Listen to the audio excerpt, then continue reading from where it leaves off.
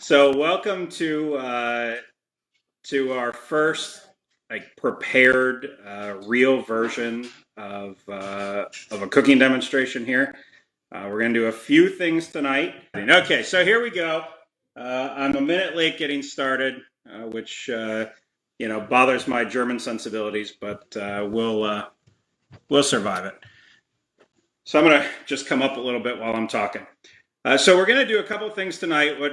Ultimately, what we're going to make is a salad with chicken on it, and that's going to be a pretty simple thing to do. But you've probably made salad a million times, and you probably are a perfectly good salad maker. So I don't know that I'm even going to help you that much. But what I am going to do is I'm going to talk about a few of the things that I do when I make a salad. That make a salad even better, that some people haven't thought of, don't think of. And one of those is we're going to start with just a homemade salad dressing. And then we're going to really talk about how we put the ingredients together to make a salad as good as we possibly can. So we're going to actually start with the dressing. I sent out a YouTube video showing how to make simple syrup. If that's something that people are interested in, please go watch it. And even if you're not, please subscribe to my YouTube channel, because I don't know, someday maybe if enough people subscribe, it'll mean that I get to make money. I need 1,000 subscribers. Right now I have 2. So 998 more to go, and then maybe YouTube will give me some money. Anyway, so here we go. The salad dressing that I use a lot of times, and I think actually my father was the first one who got me on this, is this Brianna's. Maybe you've seen it, maybe you haven't. It is, they call it a blush wine vinaigrette. It's got a strawberry on the bottle, even though there's no strawberry in it. And it's a it's delicious. But if you read the very first ingredient in it is sugar, which is part of why it is so delicious. It is really, really sweet, and it's going to make your salad really sweet, which is good, but it's a little bit syrupy, and I don't know how well you can see here, but it's almost this bright pink color. It looks less pink in the bottle than it does if you poured it onto like a white bowl or a white plate. It is really, really pink, and really, really syrupy. So we're going to do sort of a fresher, more homemade version of the same thing. We're not going to use as much sugar, but if you really want to try to mimic this salad dressing, by all means, amp up the sugar and you'll accomplish it. We're going to do this in pretty much the amount that we need for tonight's salad, but you could do it in larger batches or smaller batches, depending on how much you need. And obviously, it's mostly oil and vinegar, so it's going to keep in your fridge pretty well. The lemon juice is the only part that could fail you, but with all the vinegar in there, you're going to be pretty okay. So we're going to start with 3 tablespoons of canola oil, and you don't want to use olive oil. I know that sounds backwards to everything you've probably heard. But olive oil has a lot of taste, and you don't want that taste in your salad dressing. Canola oil is, I'm not going to get into health benefits and all those sorts of things, but canola oil is just about as healthy as olive oil. No trans fats and things like that. Some people get a little bit freaked out about canola oil because there's some genetically modified canola oil right now, but you can go to Whole Foods. You can't right now because they're completely sold out of their canola oil, but you can go get non-GMO canola oil. What is canola oil? Well, there's a plant called the rapeseed, not a pretty name, and it's been used to make oil for a long, long time. But in the 70s, one of the ingredients in it, one of the acids in it, was found to be harmful in lab rats. So a group of Canadian scientists got together and they decided, hey, we need to make this without this toxic oil, this toxic acid. And so they got together and they made a variation of rapeseed that did not have the same toxins in it that that it normally did, and they named it canola, which actually stands for Canada Oil Low Acid. So CAN, Canada Oil O Low Acid LA, canola. And it's, you know, besides not being the most natural of plants, it's, you know, people have been crossbreeding plants for, you know, thousands of years. It's probably the best go-to oil if you're not trying to get the taste of olive oil. So get canola oil. If you have vegetable oil, that's fine. It's just going to taste. The difference between canola oil and vegetable oil is vegetable oil uses a lot of different plants, whatever is cheapest at the moment, and they put it all together. So you don't quite know exactly what you're getting, but it's cheaper. So if you want to save a couple bucks, maybe not a couple bucks, a few cents, go with vegetable oil. It's fine. But I like canola oil. So I just added, though I was talking about canola oil at the time, 2 tablespoons of simple syrup. So right now we have 3 tablespoons of canola oil, 2 tablespoons of simple syrup. We're going to do 1.5 tablespoons. We're going to do 1.5 tablespoons of wine. Excuse me, not wine, wine vinegar, red wine vinegar. So that's 1. And I don't have my half tablespoon measurement anymore. It got lost somewhere. But as I said last time, I'm not that into recipes. So if you don't know, there are 3 teaspoons in a tablespoon. So I just did 1.5 teaspoons, and that's close enough. So right now we've got, just to recap again, 3 tablespoons canola oil, 1.5 of red wine vinegar, 2 of simple syrup. Again, you can find the simple syrup recipe on my YouTube channel, but it is the easiest thing. You just put a cup of sugar and a cup of water into a pot, and you boil it till it's clear. It takes about 2 minutes to boil it. So, I mean, even just getting the ingredients out of the cupboard, the whole thing takes, you know, 5 minutes. And if you want to make a nice margarita or an old-fashioned or a host of other cocktails, simple syrup is the way to go. And now we're going to do lemon juice. So this is our last ingredient. I tossed this in so quick and I didn't even talk about it. If you don't have one of these, but you use lemons in any amount of capacity, totally worth getting. Works great for limes too. Don't get the lemon one and the lime one. I have them both. There's no point. Just get the lemon one and use that all the time. Again, very good for cocktails. Can you tell that that's really what my food is structured around? Let's hope we got enough lemon juice in here. There's 1 tablespoon. And it's a little light. 2 tablespoons. I ate a little left over. That'll be a cocktail later. So here we go. We're going to put just a little bit of fresh pepper. It's up to you, however much you want. And we're going to do a little bit of salt. And there you go. Give it a good shake. And you have dressing. For those who are wondering, this is a mason jar, which is just easy because it, you know, closes tight and you can shake it. You could do this all in a bowl and just whisk it. But there's not an emulsifier in this dressing, so it's not going to bind. It'll separate again, and I'll want to shake it again before I put it on the salad. I actually grabbed a couple of other things. You know, you could use, they sell these at the store, which are good, and then you can close it, and then it just pours out nicely. So if you got one of these fancy guys, you can use it. Or, you know, just grab your piece of Tupperware, close the lid, just hold it, because obviously if you put the dressing in there and shake, you're not going to have a good day. So that gets us our dressing. So now we're going to do the salad, and we're going to start with, I've washed everything ahead of time, except for the lettuce, because I want to talk a little bit about washing the lettuce. So I've washed everything ahead of time just to make life easy, and we're going to do some simple salad making here. So here's my first tip. I'm going to cut all this on the same cutting board. Which means I'm going to cut the lettuce last, because most lettuce you buy at the store is going to have some dirt in it, unless you buy a bag of pre-washed dried lettuce, and that's fine. You can use that in the salad.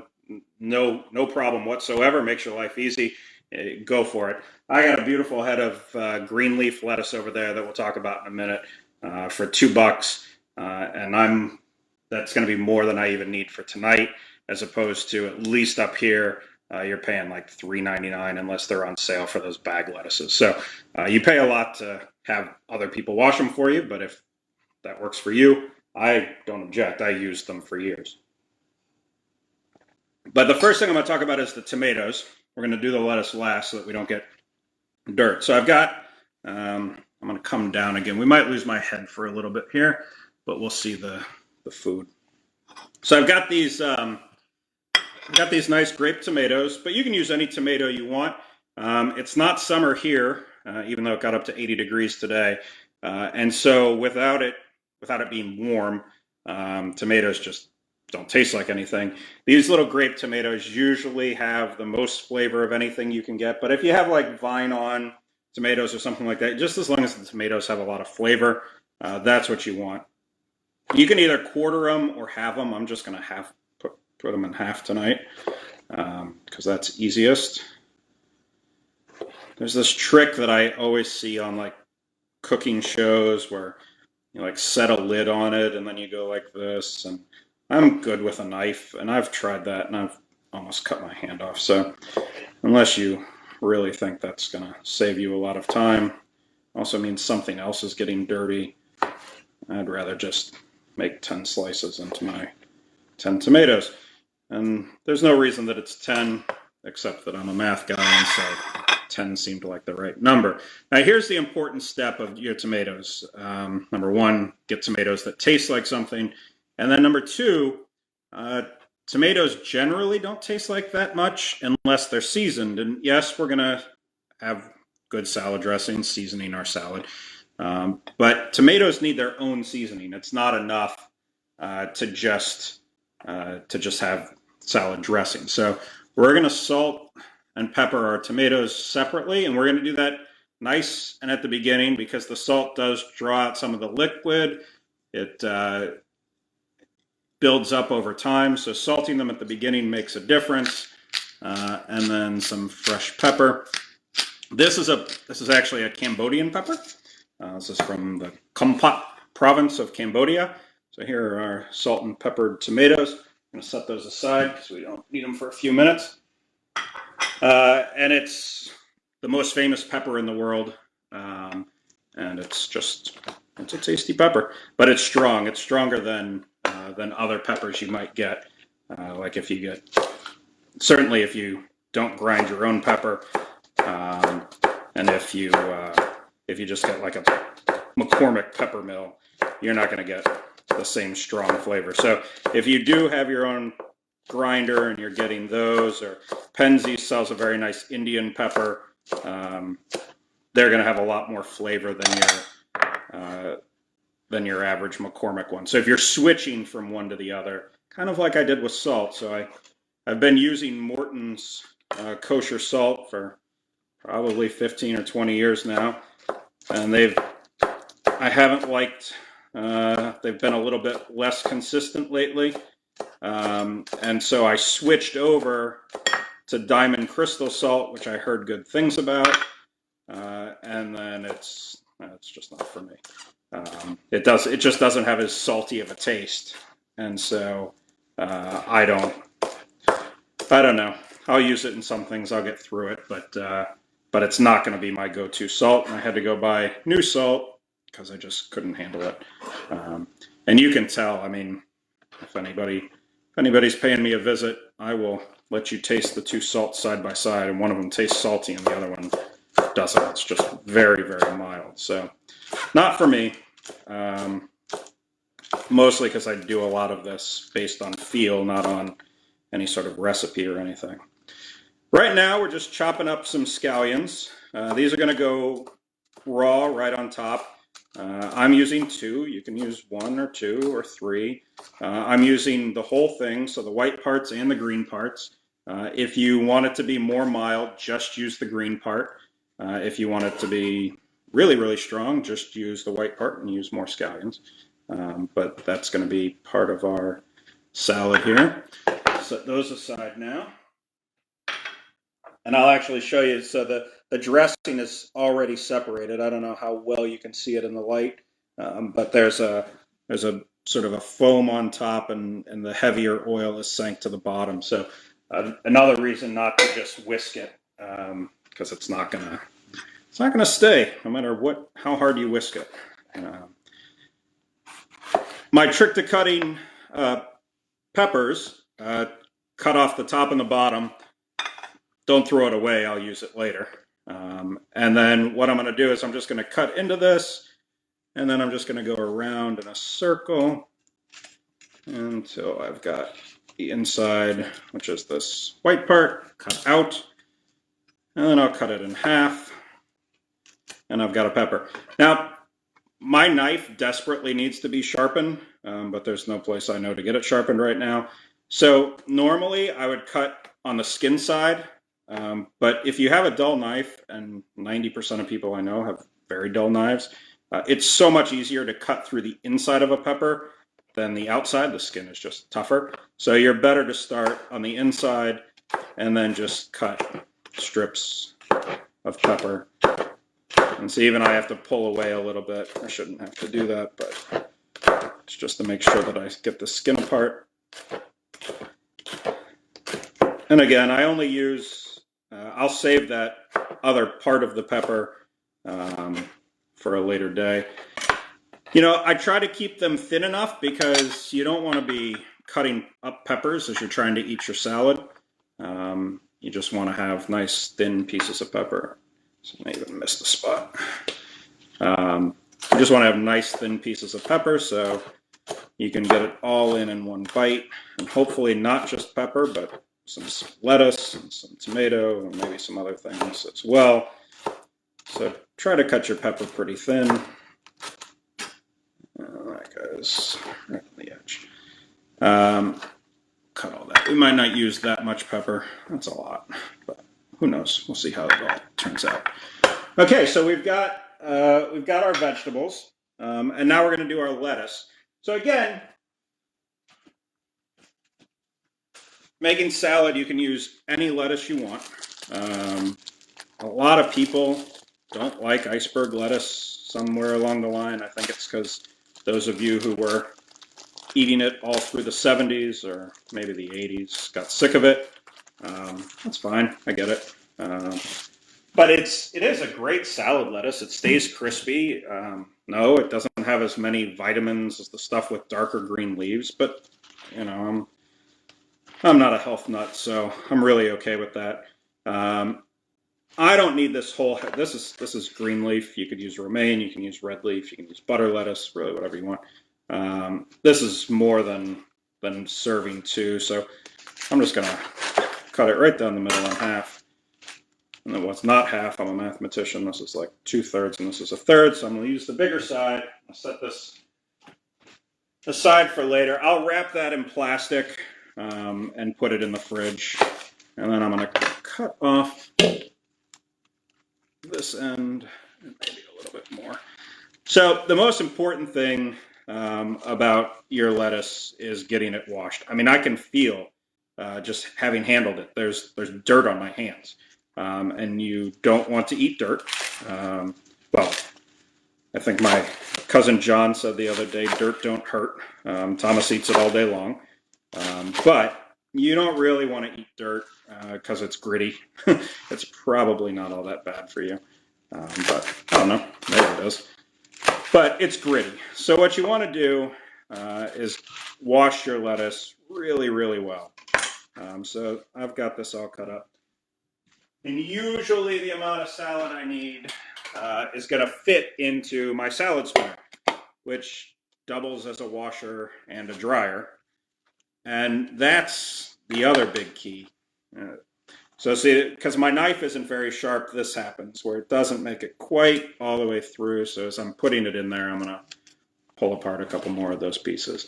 I must be boring tonight because I've already lost one of those. So maybe I should have a couple more glasses of wine. Hold on, I'm going to stop and take a sip of wine because I'm back up to 10. I was down to 9, I'm back up to 10. As long as 10 people are watching me, this is great. More wine. So you want to wash your lettuce really, really well. So when you spin it, you can actually see whether the water came out clean or dirty. This water looks actually really, really clean for a first spin. You're not done because you want this lettuce really, really dry. If your lettuce is wet, your salad dressing won't stick to it, and then it won't have good flavor, and then you won't be happy with your salad. So we're going to do this again until we've got nice dry lettuce. So still, you can see, hopefully you can at least hear it. And that's a lot of water. So we'll do it again. What we want to do, usually it takes 3 times. If you overfill it, it won't dry as much. I'm a little more full than I normally would be, but I think we're going to be good. And yep, just a drop at this point. And that's going to be good enough for tonight. Get yourself a nice big bowl. This is my big bowl. And in goes your lettuce. Now here is the trick. Yeah, that's a lot of lettuce. It's going to be a big salad tonight. Hopefully I made enough dressing. Here's the trick. We are not, so I don't know how often this happens to you, but you go and you have a salad, you get it, and you put all your stuff on it, and then you put the dressing on it, and you'd like to toss it, and so you toss it, and then all your tomatoes and your peppers and everything else is on the bottom of the salad, and you pretty much have lettuce on the top, and it doesn't look pretty.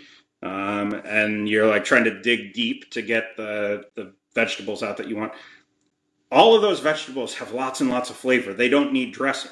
Your lettuce is pretty bland. This lettuce, there's another piece that's too big. Doesn't really taste like anything at all. Pardon me for talking with my mouth full. So we're dressing to dress the salad. And by the salad, I mean the lettuce. The other stuff is just coming along for the ride and to make this a little more fun. So we're going to go, hopefully, yeah, this is going to be just about the right amount.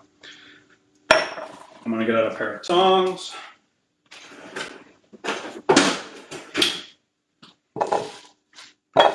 So I wish I'd used just a little. If I'd cut that in half the way I wanted it to, I'd have the right amount. But I didn't. And I can see as I'm tossing this that there's still a little bit of dressing sitting on the bottom. If you had used the store-bought stuff, you're much less likely to have that issue because it's thicker and it's going to stick to your leaves. Because this is a thinner dressing, it's not going to do that. You're going to get a little bit on the bottom, but give it a good toss. And now you essentially have a well-dressed tossed salad, and you can put everything on top of it without worrying about it. I'm going to steal a piece and just see. That is dressed just how I like it. I'll do just a splash more. Again, you can save this, but that's so little. This is probably more than I want, but it's fine. That way I don't have to worry about trying to find a way to use it. And I can make it again fresh the next time. So here we go. What I'm going to do is I'm just going to take some of the peppers. We're never going to toss it again. We're done tossing. I'm taking some of the peppers. I'm just going to lay these out. And it's up to you if you want to use all the peppers, if you want to use some of the peppers, if you wanted to use red pepper, green pepper, orange pepper, whatever color pepper you like. So that's a good amount for me. I like that. Tomatoes come next. So here we go. I'm just going to set those nicely all over our salad. Remember, these have been salt and peppered. You can actually see, I don't know how well it comes off on camera, but they're wet. You know, they've got a little bit of dampness. That's the salt pulling out some of the moisture from the tomatoes.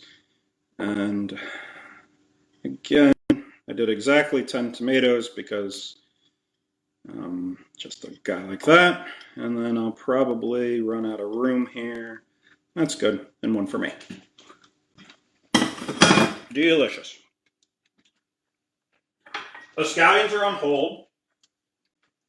I've got a quarter cup of shredded cheese. This is Cabot Vermont extra sharp cheddar, but you can use anything you want. You know, Kraft Colby Jack that I grew up on works just fine. And you can use more cheese if you want. A quarter cup gets you a nice gentle amount of cheese. Who knows? I'm feeling like, come on, camera. There we go. Oh, as my tomatoes slide down. So now you got the base of your salad. We're not doing the scallions; those will go on last. But this can sit. It's not going to go crazy on you. I wouldn't put it in the fridge, but if you really like the taste of really cold lettuce, that's fine. You can put it in the fridge. Now all we have to do is make the chicken. I don't know how often people make chicken, right? I generally don't make a lot of chicken breast. I like chicken thighs. They have more flavor, and they are much, much better at staying moist and delicious, no matter how much you mess them up. So if you make chicken or a family member makes chicken for you a lot, and you're like, this chicken is always so dry and terrible, it is probably because you are using chicken breasts. And if you took chicken breasts out and put chicken thighs in, like that overcooking that's happening on the barbecue grill or in the oven or wherever it's happening, it's just not going to happen. If you use chicken thighs instead of chicken breasts, if your complaint is that your chicken is dry right now, switch to thighs. It'll fix your life. That doesn't mean that thighs are always the right answer, and they're not for this, because what we're going to do is we're going to pound this out to an even thickness, and we're going to fry it in a pan with a nice amount of olive oil. And that's not usually my choice for frying, but I want the flavor of the olive oil in this dish. And that's going to keep our chicken, we're going to make it thin enough that it cooks quickly. It's going to brown on both sides. It's going to stay moist. It's not going to overcook. But in so many other places, especially on the grill, chicken breasts on the grill, you can do it, but you got to be a great cook, right? If you're not doing it a lot and you're just kind of guessing and you're one of those people that's like, is it done yet? Don't do chicken breasts. Do chicken thighs. They'll stay juicy. They'll be delicious. So what I'm doing right now is I'm taking 2 pieces of plastic wrap and I'm going to put them over my chicken and I'm going to hit my chicken with this mallet. Honestly, it's the most fun thing you can probably do in a kitchen that doesn't involve a knife. I like cutting things up, but when I'm not cutting things up, I like hitting them with a mallet. So this one is about the size of my hand extended, and this one is about the size of my hand all clenched up. So we've really flattened it out. It's pretty even, uniform in flatness. We're going to have to do the same thing to this guy.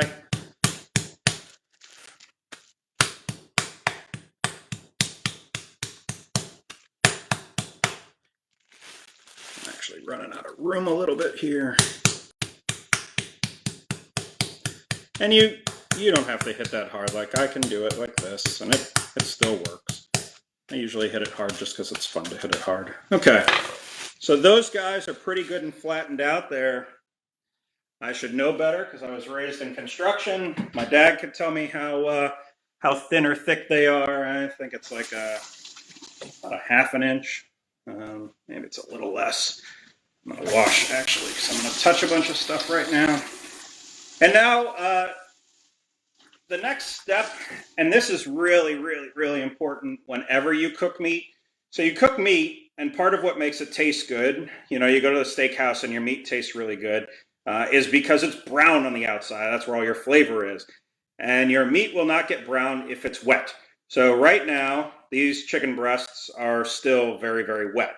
So I'm going to get paper towels, and I'm going to dry them off really, really well, because wet chicken doesn't brown. Wet steak, even more so, doesn't brown. It's the worst thing you can do is put a wet steak. You see, I lose a little bit of chicken because I beat these guys up and they fall apart some. So they actually get a little bit more tender by doing this as well. Grab myself a plate. Let's just use this guy. Flip it over.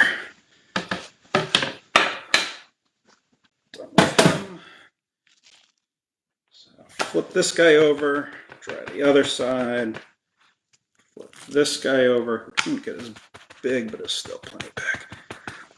And now again, because these are thin, they don't have to cook very long. They're going to cook rather quickly, which is going to be wonderful. And it's going to keep them from drying out. But the insides are going to get fully cooked, which is, of course, what you want. But you don't want to eat raw chicken for lots of reasons, but in particular because it doesn't taste good. I'm going to get my pan going. I'm going to put it on a pretty high heat, medium high. I'm going to use olive oil. I know the camera doesn't do a great job of showing this, so I'm going to pour from high so you can see about how much olive oil I use. And that's good. It's about 2 tablespoons of olive oil if you want to measure that out, and that'll get you in good shape. I'm going to salt and pepper just one side of these chickens, and the reason is because it saves me an extra hand washing.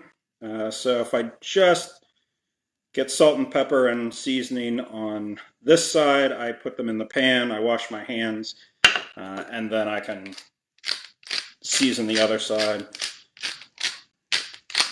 Some nice Cambodian pepper. Any pepper will make these delicious. And then this is simply organic Italian seasoning. McCormick makes one. Lots of people make one. The guys who sell I forget what they're called, but it's the one that they sell at Walgreens and CVS and places like that. They make one. I don't know that any are different. The most important thing is that you don't let your seasoning last too long, or else it starts to taste like nothing. Now we're going to season these things really heavily. I might lose my head here for a bit. We're going to come back down and pull out a little bit so that you can see. We're going to season these things pretty heavily. You notice I don't have that thing on my on my seasoner because I would never get enough out that I need. So there you go, heavily seasoned, and we're just going to drop these into our frying pan. I'll bring it over here just so you can hear the sizzle.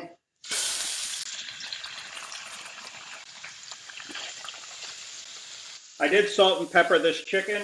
It's going real hot and heavy right now. I can see the edges of it. Again, you can't see this. This is the disadvantage of Portal.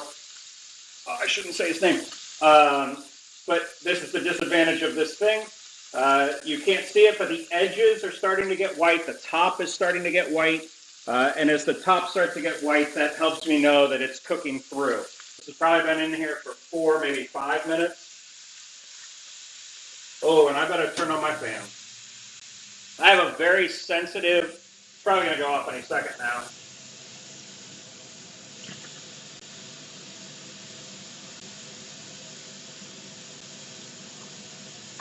I have a very sensitive smoke alarm. I also have a fan that, this fan is like the best thing in the world. It's a jet engine, essentially, that just sucks everything out of here. I always err on the side of taking it out too soon because I don't like my chicken overcooked. It's going to mess with your presentation if you pull it out too soon, but it's better than messing with your taste, in my opinion. So when you go to cut it, and you'll see how we cut it, we're going to cut it into strips.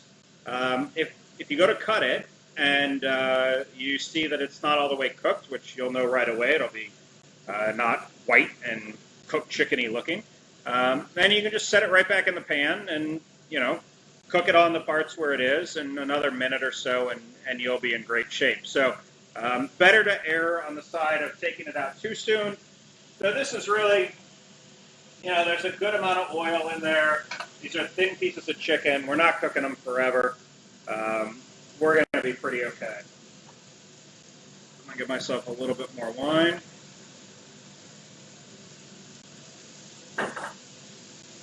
So I'll tell you a little story that I know a couple people on here will appreciate. So why did I call this crafting a salad? I used to teach, for those who don't know, I used to teach at Lowell Catholic High School, and one of one of my coworkers, a guy by the name of Dr. John Pine, um, he was an interesting character. Unfortunately, John passed away while I was working there. He was a big guy. He wasn't the healthiest guy, but he was a brilliant guy. He mostly kept to himself. He actually didn't talk to most teachers. I felt kind of proud that he talked to me. But John, one of the things John would tell the students, I just turned that off, but I'm going to let it, it's going to still cook even without the heat on. One of the things that John would tell the students was a whole thing about how he didn't make a tuna sandwich, he crafted a tuna sandwich, and he took making a tuna sandwich just very, very seriously. And that always kind of stuck with me. I don't know if I was much of a cook, at least not the type of cook I am today, when I first heard John talking about crafting a tuna sandwich. But as I was naming tonight's event, I thought of John and how he crafted those tuna sandwiches. Because you can just make a salad. It takes no time, no energy. I mean, we've been going on. We're almost at an hour now. And again, going a little slower because we're talking. But you can make a salad in 15 minutes. But if you want it to be really, really special, you can take the time and make a good salad. I still think we could have done this all in a half hour if we just smoked our way through it. But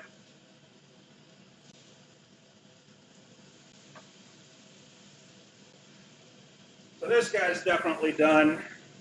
So you can see, good. This is our good seasoned side. Welcome. I've got a couple more people back. Sorry about the delay. And this is our just salt and pepper side. But you still see I've got good browning. That's going to give us a lot of good flavor. I'm going to set that on our cutting board. This other one was just a tad thicker, so I'm going to give it just another minute on there to make sure we've got it all the way through. I'm going to get my salad up. I think I'm going to add just a little bit more cheese. Those who know me know that I'm a huge cheese fan. I think most people, that's probably a nice amount of cheese. Me, more cheese is good. I'm going to cut this one first. So we're just going to slice it up. Everything else in here I like to make as bite-sized as I can. I don't mind if the chicken is a little bit bigger and you got to cut through your chicken some. I don't think that's a big problem.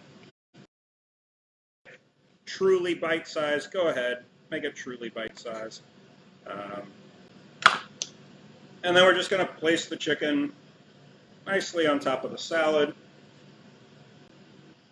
Here's our near final product. The only thing we're missing is we're going to top it off with the scallions to make it look pretty. Turn that off so I don't have to shout. So scallions all nice and over the top. They still blend in a little bit, but they stick out a lot more than if we had put them in at the beginning. And you can use as much or as little as you like. We really like onion in this house, so I go with the full 2 scallions, but 1 is plenty for most people. And there we go. And so now we're done. If you have a Google account, it would be great for you to follow my YouTube channel. You don't have to have a YouTube account. Just go to youtube.com, log in with your Gmail address, and you can follow Hungry Tommy. Oh, sorry, the salad was not seen. Okay, let's try that again. Can everybody see the salad now? So there we go, our finished salad. So again, thank you everybody for being here. Please follow Hungry Tommy on YouTube. That's the only thing I ask in return. And have a wonderful, wonderful week. And love you all. We'll see you soon.